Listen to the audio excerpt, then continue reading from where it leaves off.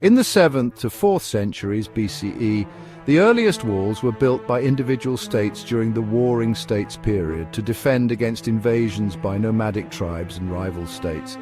These walls were primarily made of packed earth and wood, reflecting the materials and techniques of the time.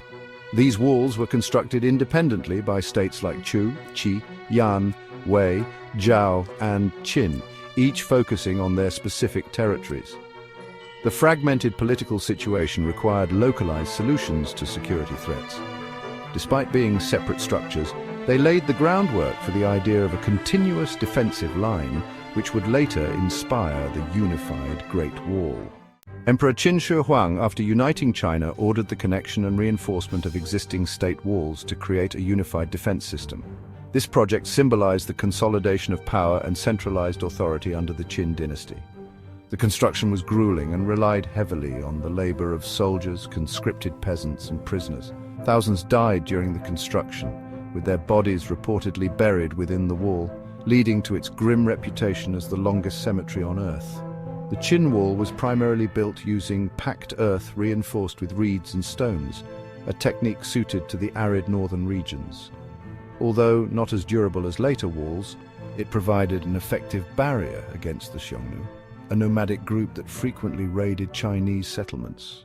The Han Dynasty extended the wall further west to protect trade routes along the Silk Road, a network of routes connecting China to Central Asia, the Middle East, and Europe.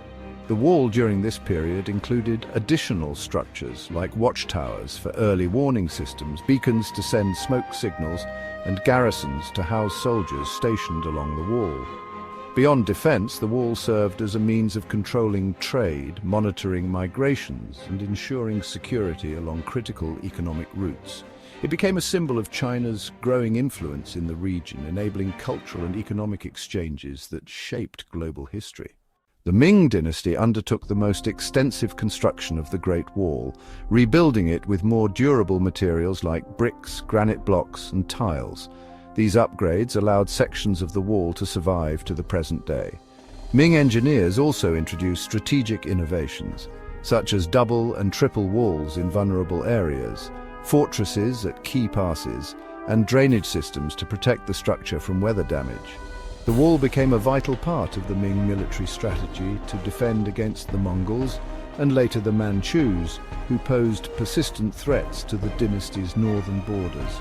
Despite its impressive defenses, internal corruption and betrayal allowed the Manchus to breach the wall in 1644, marking the end of the Ming Dynasty. After the fall of the Ming Dynasty, the Qing Dynasty expanded its territory far beyond the wall's northern frontier, rendering it obsolete as a military structure. The wall fell into neglect, with many sections deteriorating or being dismantled for local construction materials. During this period, the Great Wall became a subject of romanticism in Chinese literature and art. Poets and writers depicted it as a symbol of human perseverance and a relic of China's rich history.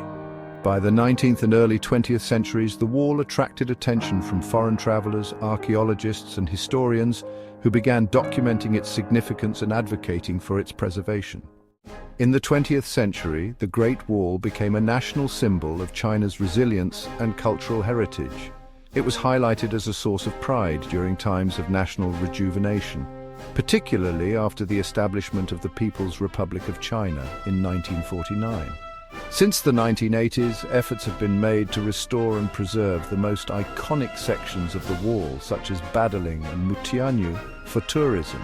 These sections have become major attractions, drawing millions of visitors annually. In 1987, the Great Wall was designated a UNESCO World Heritage Site, cementing its status as one of the most important historical and architectural achievements in the world. Modern preservation efforts also face challenges including erosion, vandalism, and environmental damage. Organizations work tirelessly to balance tourism with conservation, ensuring the wall's legacy endures for future generations.